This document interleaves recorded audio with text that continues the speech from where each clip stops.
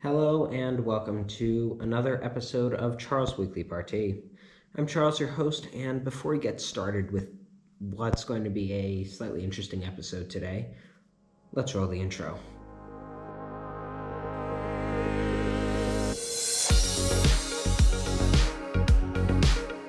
All right. In opening today, I want to say that it's been, for me, a very busy week. Unfortunately, this podcast isn't the only thing I do all week, so there are a lot of things that need to be taken care of. And because it's been as busy as it has been, I haven't really gotten a chance to do a lot of research on things. However, I have been keeping up to date with some of the major technology things that have happened this week. So today is going to be a what I like to call tech-isode. So architecture is going to be taking a little bit of a vacation because I just haven't had the time to do the proper research on that. I haven't had the time to get a proper night's sleep, so that's not the only thing that's getting cut out of my life this week. And I'm definitely looking forward to talking about something interesting next week. Anyway, there are a few different things I'd like to talk about today, and they're all pretty big. And I hate to say it, but as much as we like to be ignorant about technology and blissful, oh, technology is wonderful, technology does this, that, next thing. At the same time, because we are so dependent on technology, when it doesn't work, we run into really big problems. But today, I have to report on a few things. First, not necessarily, they're not in any particular order, so we're just going to go in the order I have them written down in. First thing is that Twitch leaked. And when I say Twitch leaked, I'm not talking about a couple things that they had in the resource leaked, or some of their data got leaked. The entire thing got leaked. And that is a pretty big breach on many levels. Although, ironically, there were hacking tools or penetration testing tools and whatnot, basically tools to prevent a breach that were discovered in the data leak, which we can now tell seem not to have worked well. So that's one of those interesting little things to think about. Also in there is earning statements. And this one has sort of varied results on it. So earning statements were part of the data breach and what's now available to anyone. And because of the earning statements, people are now aware that some of the folks that they've been watching on Twitch aren't just what's the best way to put it? Aren't just people doing it for kicks and giggles, but are actually making millions of dollars, which has sort of blown the perspective on some of that for some people. Because you imagine thinking, oh, that person does streaming in their spare time or for fun, and then finding out they earn a lot of money from doing it. And so, some people have varied reactions on that, depending on personal opinions and ethics and whatnot. But hey, just remember, everyone has to pay the bills, and I think the piece I saw for someone posted the top 100 Twitch creators. Number of them make over $1 million a year. Below that, after that first top 100 is pretty much, it all goes down from there, I guess is the best way to put it. So it's a pretty big problem for Twitch, because that means all of their intellectual property is now available to anyone.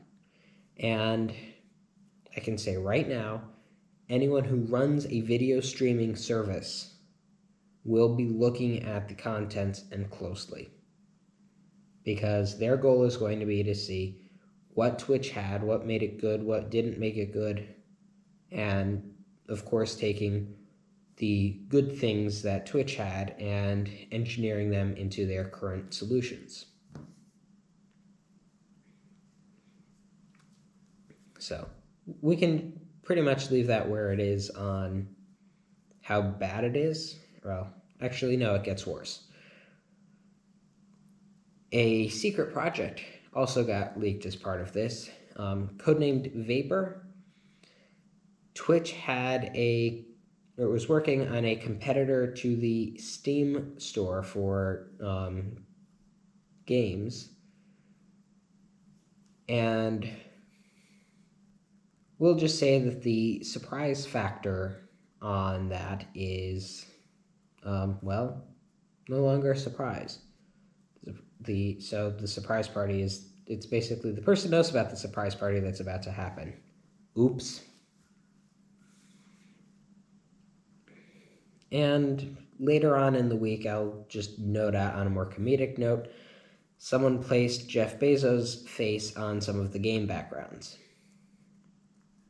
And there's, I think it goes without saying that the two are correlated in one way or another.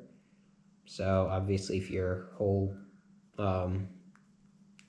if everything about how your platform works is leaked, well, that makes it just a little bit easier to get in and wreak a little bit of havoc. So I guess that's a little bit more of a playful thing that someone can do, since everything else is already been made available to anyone and everyone. So my thoughts on this are just, it really shows how important cybersecurity is. And stay tuned in future episodes, because I'm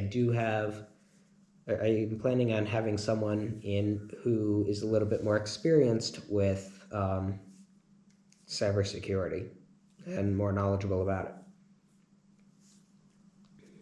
So we'll see. Future food for thought. But the long and short of all of that is, we are incredibly dependent on cybersecurity working well. And I guess the best way to put it is, if you are a business, you need to keep an eye on your cybersecurity, because Twitch isn't a small thing. Twitch is owned by Amazon.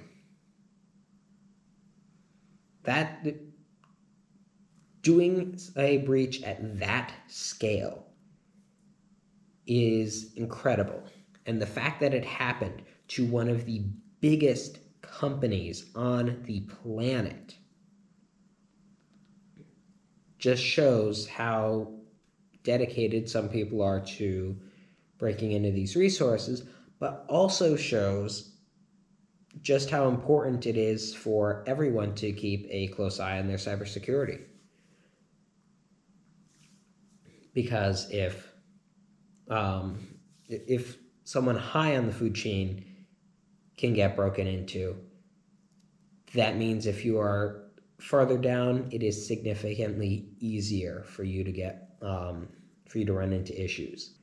So now that I've talked about how important cybersecurity is, I think we need to start talking about how important internal management is of technology resources, and how some bad decisions can become really big problems. And this particularly came to light this week with Facebook. They had a bad week before Tuesday came into play. And I know we always talk about how bad our Mondays are, but for Facebook, this wasn't just a bad Monday. This was a disastrous Monday.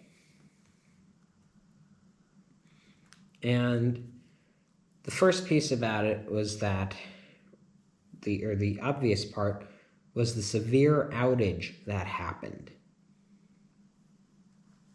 And what ended up happening was basically to explain this to someone who isn't as familiar with technology, I'll do both. So if you do know your tech, I'll start off by telling the people who do know about their tech, and then I'll translate it for those of you who aren't necessarily as knowledgeable about how the internet works, basically. So the DNS records for Facebook basically got misdirected.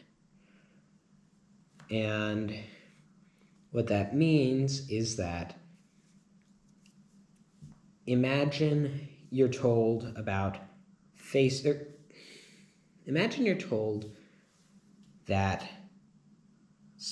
you look through a phone book. I know how ancient there, but for analogy's sake, let's just say you're looking through a phone book to try and find where the telephone company is.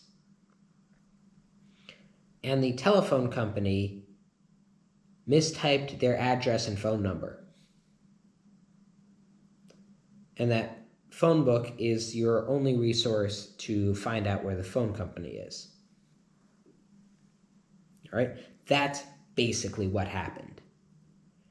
So Facebook hosts their own DNS servers, which means when they botched, I don't know exactly how it got botched, they haven't released details on that. But when it got botched, anything that tried to access Facebook got told by their DNS servers, oh, go here. And if you go over to where it tells you to go, it doesn't exist, because it's like telling you to go to 55 any street when any street doesn't exist. And you get to where it should be, and you say, I see a field. This says that there's a road there. I guess something messed up. So without getting the proper record, you have no clue how to get there. And that's basically how the internet works, because your friendly names, such as anchor.fm/Charles Weekly Part T, you see that. Your computer does the hard work of when you type that URL in, so you can access all of the fun stuff for Charles Weekly Part T. When you type that in, your computer asks someone else basically how to turn that phrase into numbers it can work with. And from there, it finds out, okay, this, or anchor.fm/Charles Weekly Part T equals 1, 2, 3, 4. And I know that's not perfectly technical, but I'm running a simplified thing here. And once the computer knows it's 1, 2, 3, 4, it communicates with 1, 2, 3, 4 to pull up the web page and the buttons to be able to send messages or support the podcast. And that's how all of that works, with a lot of other steps, but once again, I'm keeping it basic. Now, The huge problem is, and why I use the specific example with the telephone book, Facebook owns their DNS servers, which means the thing saying to go here or go there, the place where all of those records are stored, is what got really messed up. So basically, it made, because everything for Facebook is owned by Facebook, if you needed to access anything involving Facebook, so Instagram, WhatsApp, Oculus, and internal tools, including Facebook's access control, you need those servers to be working properly. And when you have an in-house mistake like that, well, there's no other way. It's like asking your friend who also, or asking another telephone company who makes a phone book for that first phone company's number, and they say, well, we don't have that. They only put that in their phone book. And that's exactly what happened here. Now, I mentioned that Facebook's access control was among the affected tools. And that did not help the situation at all. Because in order to access some of the facilities where, in order to try and fix the problem,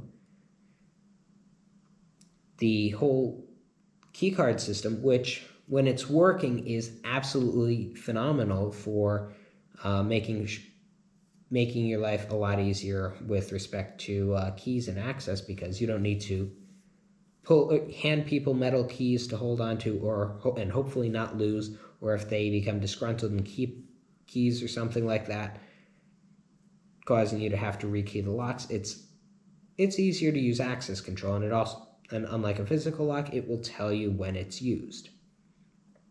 However, the problem with that is that access control is computer-based, which means if the computer running the basically the computer that tells the door to open or close isn't available, well, the door isn't going to open because the computer can't instruct the door to be opened. So, with that tool down,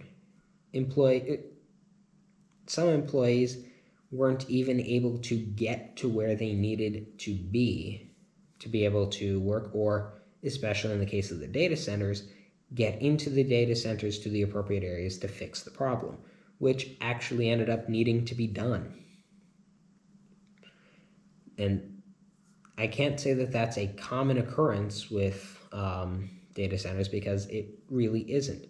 Most of the work that happens with keeping the computers that run the internet up and running, all of that is generally managed remotely with on-site maintenance to make sure that if a computer decides to stop working, they coordinate with the people controlling all the data to be able to shift usage off of that to be able to make the replacements. All that fun stuff.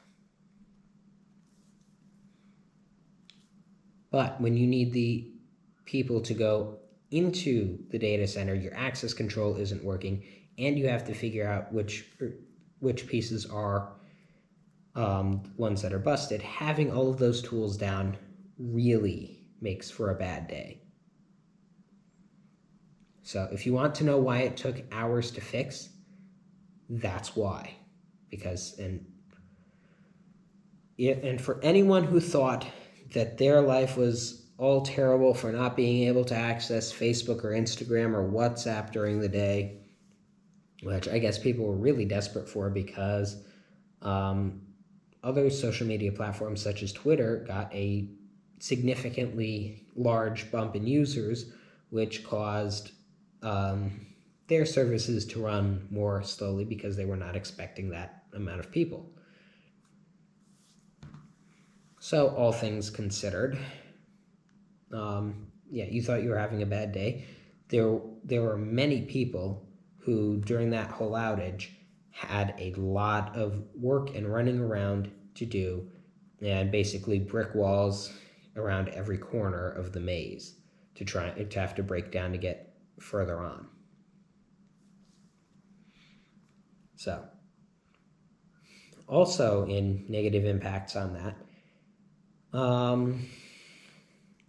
one of the things that, well, is a little bit more controversial is that Mark Zuckerberg himself lost billions of dollars and lost enough to actually go from being the fourth richest person in the world to the fifth, switching positions with Bill Gates. And a lot of people don't think that's bad. However, while Zuckerberg lost a lot of money, the reason for that money loss was because that money was in the form of Facebook stocks, which, when you're dealing with an outage and a whistleblower, which I'll talk about in a little bit, when you're dealing with those, when you're dealing with an outage and a whistleblower, which I'll talk about in a little bit, your shareholders usually aren't as thrilled, and enough of them will sell off stock. So when the price tanks like that, there are people who lose quite a bit of money. So while Mark Zuckerberg may have been the one who lost the most from the issue, he's not the only one who lost some money in it. And if your next door neighbor had Facebook stock, he lost some money, or she lost some money. But everything that, it's a scaled issue, so depending on who has what, it really determines how big the problem was. But it goes without saying that it's another adverse reaction of technology not working the way it's supposed to. And that whole disaster was an internal error. That wasn't involving anyone external. So you want to see how a simple mistake can affect billions of people? This is how you do it.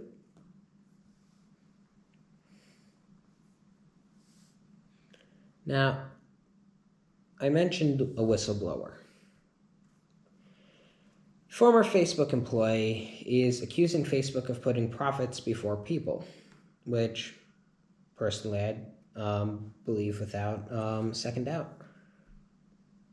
And the things that she has cited is that the algorithm that decides who sees what could really be changed to be a little bit nicer in the sense of what it shows people, to try and be less divisive and less misinformative. And I guess the long and short of that is what you see on Facebook is controlled by an algorithm, because if you saw every single thing from every single one of your friends in the order that was posted, you may have things that don't necessarily interest you popping up before things that do interest you. And as much as it might be nice to scroll Facebook all day, most of us have other things to do, and we want to maximize the value. Also, if it becomes torturous to go through all of that stuff before we hit the air quote good stuff, that becomes its own separate issue. But regardless of that, the other piece that's being cited is the study of mental health on teens using the service. If you remember a few episodes back, or I think more than a few episodes back, Facebook was working on something called Instagram Kids to try and make a kid-friendly version of Instagram. But the problem with that is that, as I cited, you can't really make money off of it because you can't. There are federal laws that prevent you from, or as a company, getting data from children under the age of 13. It would be a very challenging thing. And now the problem that is being looked at is how use of the service affects teens, and significantly more so female teenagers with body image issues. So having a social media platform reducing self-confidence isn't necessarily the thing you need at a time when your self-confidence is already already sort of up in the air. So the big question here is, how badly does, how do we fix the issue, I guess is the best way to put it. While Facebook can make changes to their algorithm, the Instagram issue is a significantly more challenging one to deal with. Because Facebook could technically decide that anyone under the age, could categorize things so that only people under a certain age would be able to see certain things. And once you get over the age of 18, then you can see everything that Instagram has to offer. The problem is that's all done by asking you when your birthday is. And it doesn't take much thought to figure out that, well, if you put in an incorrect year, maybe you type your year off by a couple, or by enough years to somehow boost you over the age that you need to be to use the service, then all of a sudden you are granted magical access to it. And I'm not going to lie, I've done that before. Before I turned 13, I incorrectly identified my birthday to create a simple email. And I use that pretty responsibly, but even though I used the other services, I never used Instagram or other social media sites as much while I was in middle or high school. In fact, it was senior year of my high school career that I really started doing things with social media, and even then, it wasn't a lot. To this day, I have a 1 hour time limit on my social media apps. And I have, over the course of having the device that I've had that limit on, I have maybe seen the "you've reached your time limit" 3 times over the past few years. However, that is not the case for a lot of other people. I've talked with quite a few friends and family who spend more than that hour on various social media apps themselves. And of course, setting limits, we'll always try and find a way around it. So I guess what I'm trying to say here is that there are numerous issues involving that.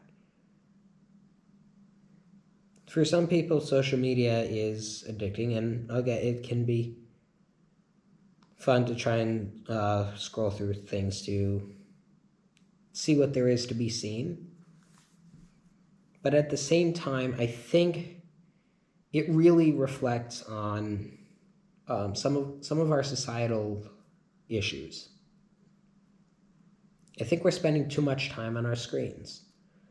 And I know COVID is still a thing, but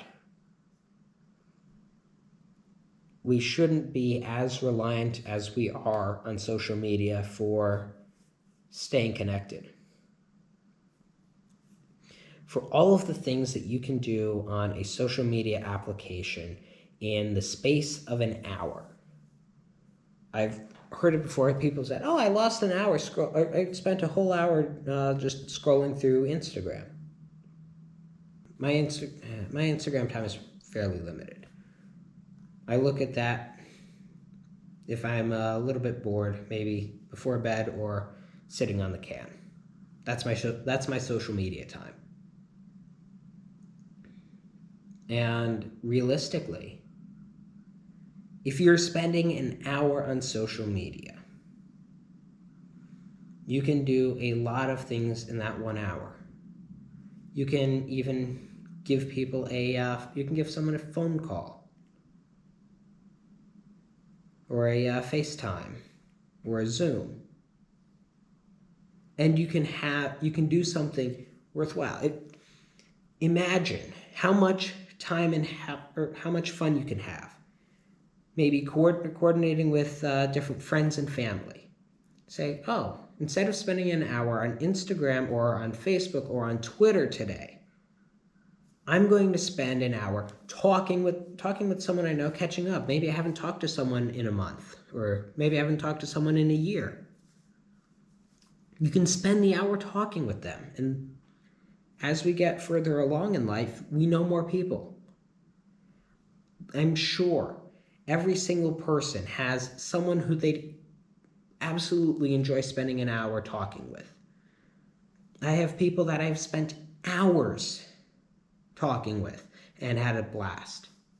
And you know what? For me, social media does not provide that same level. And I think it goes without saying.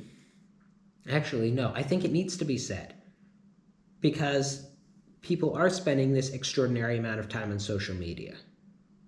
So I'm sorry to all the social media companies, and I know I post about our latest episodes, so definitely follow us on that. But in that piece, you can use it to stay up to date with the people or companies or enterprises that you want to follow most. But the things you can do with all of that extra time, hour, you could take a walk. Right now it's getting into the fall season, maybe the trees are changing. Instead of taking your phone and swiping through people's stories, take your phone, put it into airplane mode, and go take a walk surrounded by nature and whatnot, and take pictures of all the things you see. I can't begin to say all of the fun things you can do in an hour.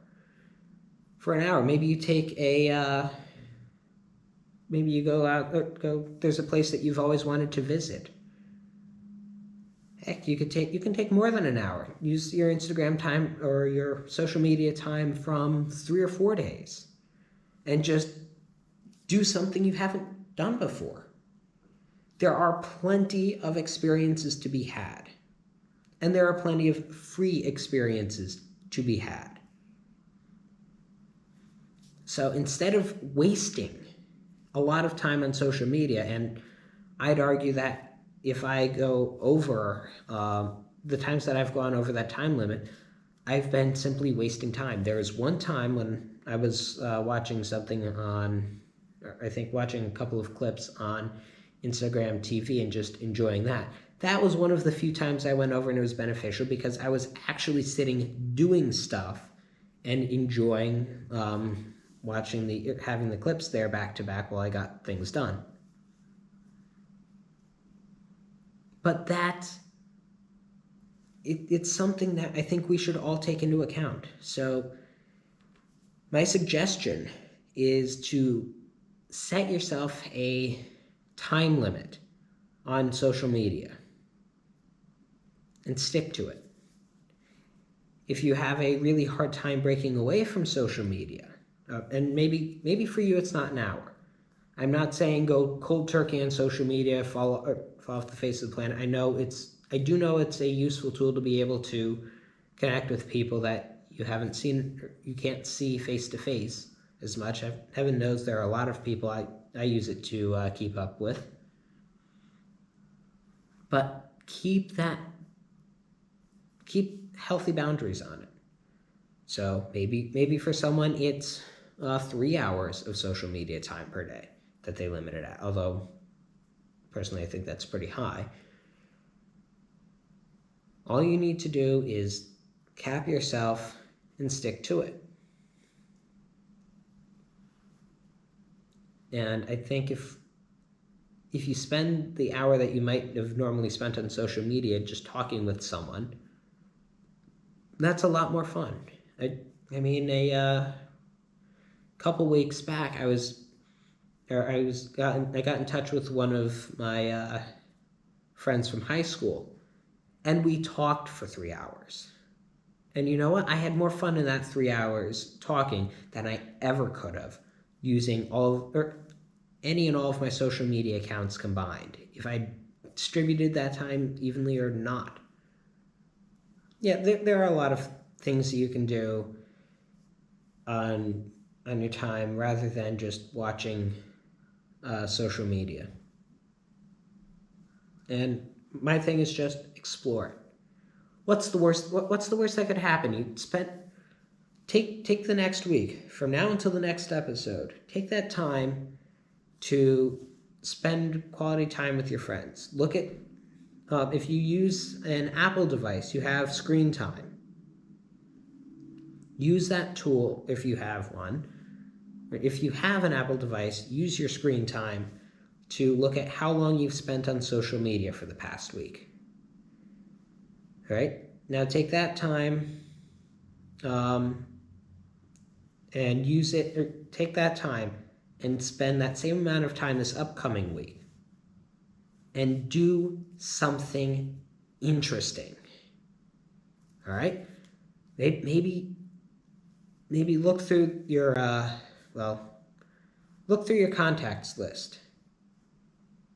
And when you see a name of someone who you haven't talked to in a while and you'd appreciate catching up with, reach out to them. Say, hey, can you talk for an hour this week? More often than not, the answer is going to be yes. And trust me, I plan on getting that done as well, though it's going to be a busy week for me coming up again. But one way or another, spend quality time with other people. We don't need to necessarily rely on social media to do that. Too many of us view social media as something that we need to stay connected instead of a tool to stay connected. And that became extraordinarily apparent on Monday of last week. So that's my timeless message, I guess. Spend time with the people you love. And I can guarantee you there's someone in your contacts list who you'd happily spend an hour talking with. Now, before I close off today, I do have one more thing I'd like to talk about, which is the hack on Syniverse. So Syniverse routes SMS or text messages, and they've been subjected to a 5-year hack, and I think this is important enough to talk about. The 5-year hack takes just a little bit of not being able to closely see something, or depending on how discreet the hack was, you may not have been able to easily see something. So that's a pretty big oops. Now, what the scope is of this is yet to be known, because Syniverse routes text messages, so the images you text back and forth, or the messages you send back and forth. And I don't know what companies they do and don't work with, so it's quite possible that some of your texts are backed up somewhere. And my more cybersecurity based reminder on this is to be more cautious on what you do. All right? Almost anything digitally can be hacked. And in the cybersecurity realm, you don't go by, oh, something can be hacked. You think about everything in terms of it will be hacked. How long can we push that off?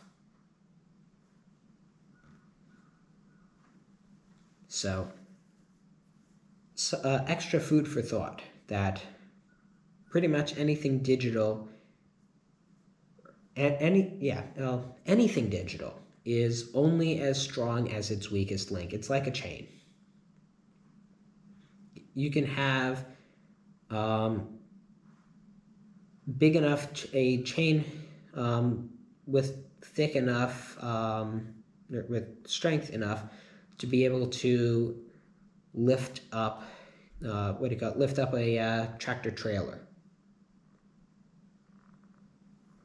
But if that strong chain is connected by a plastic coupling to that truck, no matter how strong that chain is, if that plastic coupling can't handle the weight, it's going to break and it's not going to work. And everything is the exact same here. That's going to do it for today. If you enjoyed this episode, please be sure to subscribe so you don't miss any future episodes.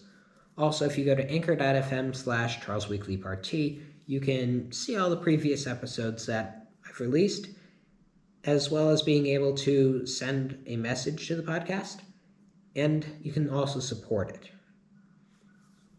Plus, if you're listening on Apple Podcasts, please be sure to leave a review. And if you want, you can view the action on YouTube. So, my partie for the week is just be mindful of everything you're doing digitally and spend some time this week with someone. Maybe if you spend 7 hours a week on social media, maybe not just drastic cold turkey it, but maybe this upcoming week you find a friend, spend an hour talking. We all have those friends. Talk with them. They'll appreciate it and you'll appreciate it. But that's going to do it for today. Take care and roll the outro.